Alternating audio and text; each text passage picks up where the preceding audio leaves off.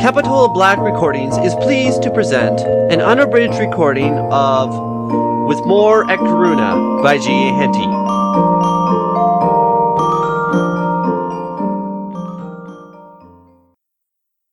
Chapter 12. A Dangerous Mission. Captain Nelson at once took Terrance under his charge. "You certainly look as if you wanted a new uniform," he said. "You must have had an awfully rough time of it. If only for the sake of policy, we ought to get you into a new one as soon as possible, for the very sight of yours would be likely to demoralize the whole division by affording a painful example of what they might expect on a campaign." Terrance laughed. "I know I look a perfect scarecrow. Do you think that you can find me something? I really don't know what I should have done if I had not had my greatcoat, for I could never have ventured to walk through the street from the little inn where I put up my horse, if I could not have hidden myself in it." "I can fortunately put you in the right way without difficulty. There is a man here who has made a business of buying up uniforms. I believe he sends most of them to England, where they would certainly fetch a good deal more than he gave for them. But I know that he keeps a stock by him, for there is a constant demand. The work out in the country here does for a uniform in no time, and many men who, before marching for the frontier, parted with all their extra kit for a song, are glad enough to write to him for a fresh outfit at 3 times the price he gave them 2 or 3 months before." "I wonder they don't send their surplus outfit back to England direct," Terrance said. "Well, you see, there is the risk of the things being lost or stolen on the way home, or being ruined by damp before they are wanted again. Besides, a man thinks there is no saying whether he shall ever want them again, or how long the war will last, and is glad to take anything he can to save himself any bother about them." Terrance was fortunate in being able to buy an undress uniform with facings similar to those of his own regiment, and to lay in a stock of underclothes at a very much lower price than he could have purchased them for even at home. Before leaving the shop, he put on his new uniform and left the old one to be thrown away. "Now," Captain Nelson said when they left the shop, "it is just our lunch time. You must come with me and tell us all about your wonderful march and the fight at the end of it." "I was going down to see about my horse." "Oh, that is right. I sent out an orderly to bring him up to our stables. There, this is where we mess," he said, stopping before a hotel. "We find it much more comfortable than having it in a room at headquarters. Besides, one gets away from duty here. Of course the chief knows where we are, and can send for us if we are wanted. But one gets off being sent to do a lot of office work in the evening, and we find ourselves much more free and comfortable when we haven't got 2 or 3 of the bigwigs of the staff. So they have a little mess of their own there, and we have a room kept for ourselves here." There were more than a dozen officers assembled when the two entered the room, where a meal was laid. For Captain Nelson had looked into the hotel for a moment on their way to the tailor's to tell his companions who Terrance was, and to say that he should bring him to lunch. They had told some of their acquaintances. Terrance was introduced all round, and as soon as the first course was taken off the table, he was asked many questions as to the march and battle. And by the time when, an hour later, the party broke up, they had learned the leading incidents of the campaign. "You may guess how anxious we were here," one of them said, "when Moore's last dispatch from Salamanca arrived, saying that he intended to advance, and stated his reasons. Then there was a long silence. All sorts of rumors reached us. Some said that, aided by a great Spanish army, he had overthrown Napoleon and had entered Madrid. Others again stated that his army had been crushed, and he with the survivors were prisoners, and were on their way to the frontier. In fact, we had no certain news until 3 days ago, when we heard of the battle, his death, and the embarkation of the army, and its sailing for England. The last was a terrible blunder." "Only a temporary one, I should think," Captain Nelson said. "From Mr. O'Conner's account of the state of the army, I should think that it is just as well that they should have gone home to attain an entirely new rig-out. There would be no means of fitting them out here. A fortnight ought to be enough to set them up in all respects, and as we certainly shall not be able to march for another month." "For another 3 months, you mean, Nelson?" Well, perhaps for another 3 months. The delay will not matter materially. It won't matter at all if the French oblige us by keeping perfectly quiet. But the Soult menaces Portugal with invasion from the north, La Peace from the center, and Victor from the south. We may have to defend ourselves here in Lisbon before 6 weeks are out. Personally, I should not be sorry, another said. If Soult does invade the north and captures Oporto, hangs the bishop and all the junta, it would be worth 10,000 men to us, for they are continually at mischief. They do nothing themselves, and thwart all our efforts. They are worse than the junta here, if that is possible. And they have excited the peasants so much against us that they desert in thousands as fast as they are collected, while the population here hate us, I believe, quite as much as they hate the French. But why they should do so, heaven knows, when we have spent more money in Portugal than the whole country contained before we came here. After the party had broken up, Captain Nelson took Terrance to Mr. Villiers, who, on reading the general's letter and hearing from Terrance how Romana was situated, at once said that he would hand over to him $20,000 to take to the Spanish general. How am I to carry it, sir? It will be of considerable weight, if it is in silver. I will obtain for you 4 good mules, Mr. Villiers said, and an escort of 12 Portuguese cavalry under an officer. May I ask, sir, that the money shall be packed in ammunition boxes, and that no one except the officer shall know that these contain anything but ammunition? You have no great faith in Portuguese honesty, Mr. O'Conner. As to their honesty as a general thing, I express no opinion, Terrance said bluntly. As to the honesty of their political partisans, I have not a shadow of belief. Moreover, there is no love lost between them and the Spaniards. And though possibly money for any of the Portuguese leaders might be allowed to pass untouched by others, and even of this I have great doubt, I feel convinced that none of them will allow it to go out of the country for the use of the Spaniards if they could lay hold of it by the way. Those being your sentiments, sir, I think that it is a pity the duty is not entrusted to some officer of broader views. I doubt whether you would find one, sir, especially if he has, like myself, been 3 or 4 months in the country. I have simply accepted the duty and not sought it, and should gladly be removed of it.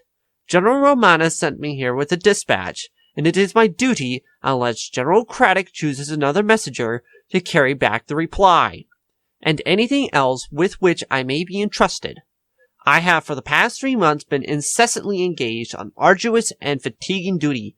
I have ridden for the last 9 days by some of the worst roads to be found in any part of the world, I should say, and have before me the same journey. Besides, if I receive the general's orders to that effect, I may have to stay with the Spanish general, and in that case shall, I am sure, be constantly upon the move, and that among wild mountains, if this treasure is handed over to me, I shall certainly do my best to take it safely and to defend it, if necessary, with my life. But is this surely a duty of which I would gladly be relieved? But that, sir, it seems to me, is a question solely for the commander-in-chief. Mr. Villiers gazed in angry surprise at the young ensign, then thinking, perhaps, that he would put himself in the wrong, and as his interferences in military matters with Sir John Craddock had not met with the success he had desired for them, he checked the words that rose to his lips and said shortly, The convoy will be ready to start from the treasury at daybreak tomorrow. I shall be there if so commanded by General Craddock. As soon as they had left the house, Captain Nelson burst into a shout of laughter. What is it? Terrance asked in surprise. I would not have missed that for £20, O'Conner. It is the first bit of real amusement I have had since I landed. To see Villiers, who regards himself as the greatest man in the country, who not only thinks that he regulates every political intrigue in Spain and Portugal, but assumes to give the direction of every military movement also, and tries to dictate to the general on purely military matters, quietly checked by an ensign, is the best thing I ever saw. But he has nothing to do with military matters, has he? No more than that mule driver there, but he thinks he has, and yet, even in his own political line, He is the most ill-informed and gullible of fools, even among the mass of incompetent agents who have done their utmost to ruin every plan that has been formed. I doubt whether he has ever been correct in a single statement that he has made, and am quite sure that every prophecy he has ventured upon has been falsified. Every negotiation he has entered into has failed, and every report sent home to government is useful only if it is assumed to be wrong in every particular, and yet the man is so puffed up with pride and arrogance that he is well nigh insupportable. The Spaniards have fooled him to the top of his bent. It has paid them to do so. Through his representations, the ministry at home have distributed millions among them. Arms enough have been sent to furnish nearly every able-bodied man in Spain, and harm rather than good has come of it. Still, he is a very great man, and our generals are obliged to treat him with the greatest civility, and to pretend to give grave consideration to the plans that, if they emanated from any other man, would be considered as proofs that he was only fit for a madhouse. And to see you looking calmly in his face and announcing your views of the Spanish and Portuguese was delightful. And Captain Nelson again burst into laughter at the recollection. Terrence joined in the laugh. I had no intention of offending him, he said. Of course I have often heard how he was pressing General Moore to march into Spain, and promising that he should be met by immense armies that were eager and ready to drive the French out of that country, and were only waiting for his coming to set about doing so. I know that the brigadier and his staff used to talk about what they called Villiers' phantom armies, but as I only said what everyone says who has been in Spain, it never struck me that I was likely to give him serious offense. And if you had thought so, I don't suppose it would have made any difference, O'Conner. I don't suppose it would, Terrence admitted, and perhaps it will do him good to hear a straightforward opinion for once. It will certainly do him no harm. Now, you had better tell the chief that you are to have the money. I should think that he will probably send a trooper with you as your orderly. Certainly, he has no reason to have a higher opinion of the Portuguese than you have. I will go back with you, Captain Nelson, but as you were present, will you kindly tell the general? I don't like bothering him. Certainly, if you wish it. On arriving at headquarters, Terrance sat down in the anteroom and took up an English paper, as he had heard no home news for the last 3 months. Presently Captain Nelson came out from the general's room and beckoned to him. He followed him in. 4 or 5 officers of rank were with the general, and all were looking greatly amused when he entered. So you have succeeded in obtaining money for Romana? The general said. Yes, sir. There is no difficulty about it. Mr. Villiers asked me a few questions as to the situation on the frontier, and at once said that I should have £5,000 to take him. Captain Nelson tells us that you were unwise enough to express an opinion as to the honesty of the Portuguese escort that he proposed to send with you. I said what I thought, General, and had no idea that Mr. Villiers would take it as an offense, as he seemed to. Well, he has his own notions on these things, you see, the General said dryly, and they do not exactly coincide with our experience. But then Mr. Villiers claims to understand these people more thoroughly than we can do. Terrence was silent for a moment. I only went by what I have seen, you know, he said after a pause, and certainly had no intention of angering Mr. Villiers. But it seemed to me that, as I was responsible for taking this money to Romana, it was my duty to suggest a precaution that appeared to me necessary. Quite right. And it is just as well, perhaps, that Mr. Villiers should occasionally hear the opinions of officers of the army frankly expressed. Certainly, I think that the precaution you suggested was a wise one, and if Mr. Villiers does not do so, I will see that it is carried out. I have asked Captain Nelson to go with you, taking the treasure to the barracks, and see that the money is taken out of the cases and repackaged in ammunition boxes. It would be unwise in the extreme to tempt the cupidity of any wandering parties that you might fall in with by the sight of the treasure cases. Your suggestion quite justifies the opinion that I have formed of you from the brief narrative that you gave me of the Battle of Corunna. For present, gentlemen, I have appointed Mr. O'Conner as an extra aide-de-camp on my staff. He served in that capacity with Brigadier General Fane from the time that the troops marched from here. which is in itself a guarantee that he must, in the opinion of that general, be thoroughly fit for the work. I think, Mr. O'Conner, that going as you will as an officer of my staff, it is best that you should be accompanied by a couple of troopers, and I've just spoken to Colonel Gibbons, who would detach 2 of his best men for that service. In addition to your being in charge of the treasure, you will also carry a dispatch from myself to General Romana, with suggestions as to his cooperation in harassing the advance of the French. I will not detain you further now. Don't forget the dinner hour. A large party sat down to table. There were the officers Terrance had seen there in the afternoon, and several colonels and heads of departments of the army. And Terrance, although not shy by nature, felt a good deal embarrassed when, as soon as the meal was concluded, several maps were, by the general's orders, placed upon the table, and he was asked to give as full an account as he was able of the events that had happened from the time General Omar marched with his army from Salamanca, and so cut himself off from all communication. It was well that Terrance had paid great attention to the conversations between General Fane and the officers of the brigade staff, had studied the maps, and had made himself, as far as he could, master of the details of the movements of the various divisions, and had gathered from Fane's remarks fair knowledge of General Moore's objects and intentions. Therefore, when he had overcome his first embarrassment, he was able to give a clear and lucid account of the campaign and of the difficulties that Moore had encountered and overcome in the course of his retreat. The officers followed his account upon the maps, asked occasional questions, and showed great interest in his description of the battle. When he had done, Sir John Craddock said, I am sure, gentlemen, that you will all agree with me that Mr. O'Conner has given us a singularly clear and lucid account of the operations of the army, and that it is most credible that so young an officer should have posted himself up so thoroughly, not only in the details of the work of his own brigade, but in the general plans of the campaign and the movements of the various divisions of the army. There were also hearty compliments from all the officers as they rose from the table.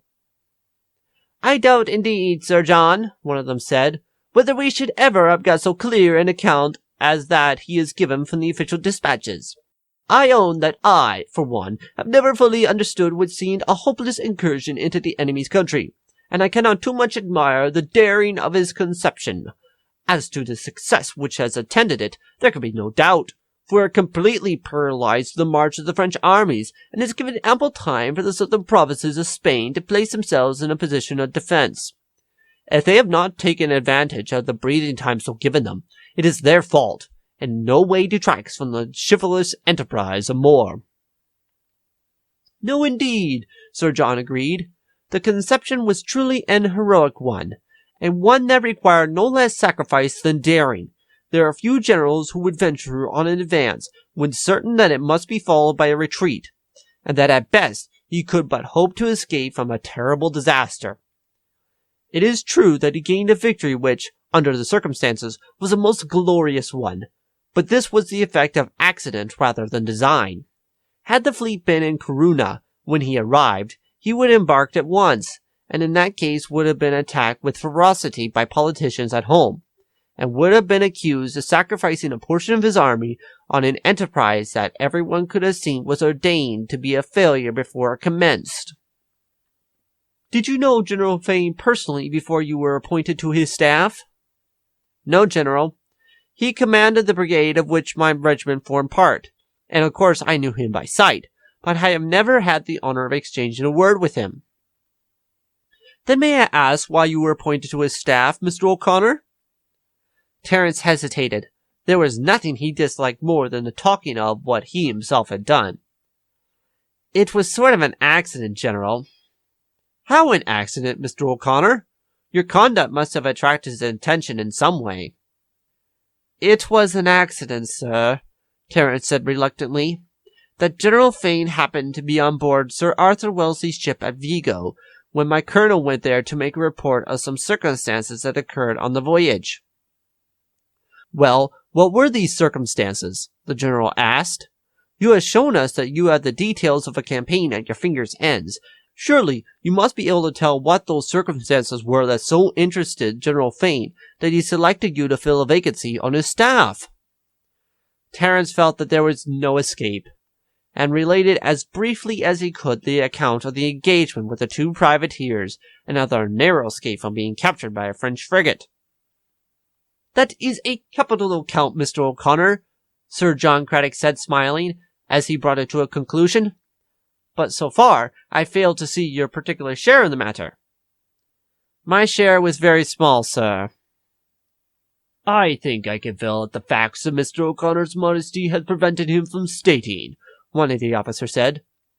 "It happened that before we sailed from Ireland 6 weeks ago, an officer of the Mayo Fusiliers, who had been invalided home in consequence of a wound, dined at our mess, and he told the story very much as Mr. O'Conner has told it, but he added the details that Mr. Conner has omitted. Restated that really the escape of the wing of the regiment was entirely due to an ensign who had recently joined, a son of one of the captains of the regiment. He said that, in the first place, when the cannon were found to be so honeycombed with rust that it would have been madness to attempt to fire them, this officer suggested that they should be bound round with rope, just like the handle of a cricket bat. This suggestion was adopted, and they were therefore able to pour in the broadside that crippled the lugger and brought her sails down, leaving her helpless under the musketry fire of the troops. In the second place, when the ship was being pounded by the other privateer without being able to make any reply, and must shortly have either sunk or surrendered, this young officer suggested to one of the captains that the lugger, lying helpless alongside, should be boarded and her guns turned on the brig, a suggestion that led not only to the saving of the ship, but the capture of the brig itself. Lastly, when the French frigate hove in sight, the troops were transferred to the 2 prizes, and were about to make off, in which case one of them would almost certainly have been captured. He suggested that they should hoist French colors, and that boats be set to work to transport some of the stores from the ship to the privateers. This suggestion was adopted, with the result that on the frigate approaching, and seeing, as was supposed, 2 French privateers engaged in rifling a prize, she continued on her way without troubling herself about them. Sir Arthur Wellesley issued a most laudatory notice of Mr. O'Connor's conduct in general orders. Most of those present remembered seeing the order, now that it was mentioned, and the general, turning to Terrance, who was coloring scarlet with embarrassment and confusion, said kindly, "You see we have got it after all, Mr. O'Conner. I'm glad that it came from another source, for I do not suppose that we should have got all the facts from you, even by cross-questioning. You may think, and I have no doubt that you do think, that you receive more credit than you deserve for what you consider were merely ideas that struck you at the moment. But such is not my opinion, nor that, I am sure, of the other officers present. The story which we have just heard of you, and the accounts that you have given of the campaign, afford great promise. I may almost say, a certainty of your attaining, if you are spared, high eminence in your profession.